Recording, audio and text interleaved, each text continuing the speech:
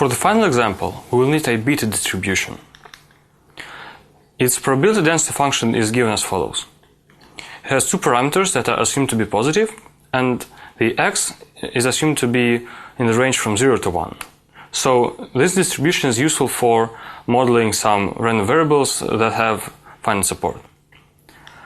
The plots of the probability density are given as follows.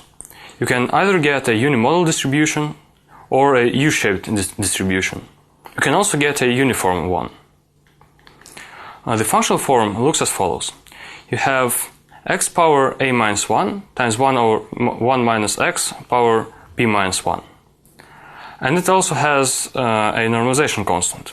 And the normalization constant can be expressed through the gamma function as a ratio between the gamma of the sum of the parameters over the product of gamma functions.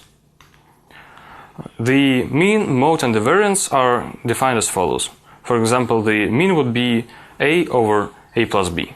Let's see how we can use the beta distribution to model our favorite movie rank. So imagine you have your favorite website which ranks the movies.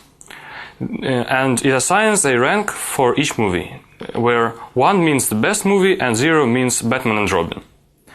Also, since some new movies appear, the rank of your favorite movie may vary a bit. So for example, the rank of my favorite movie is 0.8, and it varies somewhere around it, with the standard deviation 0.1. Since the rank is distributed from 0 to 1, we can use beta distribution to model it. So again, we can plug in the numbers 0.8 and 0.1 squared into the mean and the variance formulas and find out that a should be equal to 12 and b should be equal to 3. And the probability density is given as follows. Alright, actually the beta distribution is conjugate to the Bernoulli likelihood. Let's see why it happens. Here's the Bernoulli likelihood. We have a data set of points. Those could be either zeros or ones. And 1 is the number of times the number 1 appeared in X, and 0 is the number of times 0 appeared in our data set. And so the likelihood is given as theta power n1 times 1 minus theta power n0. Let's select the beta distribution as a prior.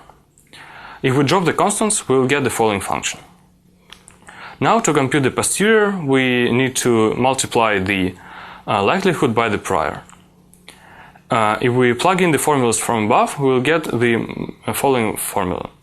If we rearrange the terms, if we group the terms that are theta and 1 minus theta, we will get such function. And again, we can recognize the beta distribution from this functional form. It will have new parameters that are equal to n1 plus a and n0 plus b. Alright, let's summarize what we've seen now. Here's our base formula again. We want to compute the posterior, however, we cannot do this because of the evidence. What we could do, we could choose a prior that would help us to easily compute the posterior, and those are called the conjugate priors. The conjugate priors have a lot of pros. For example, we get an exact posterior. It is also easy for online learning. In this example, we've seen that the posterior can be approximated with this simple formula, and you can easily plug it in as you get more and more data. However, there is one huge minus.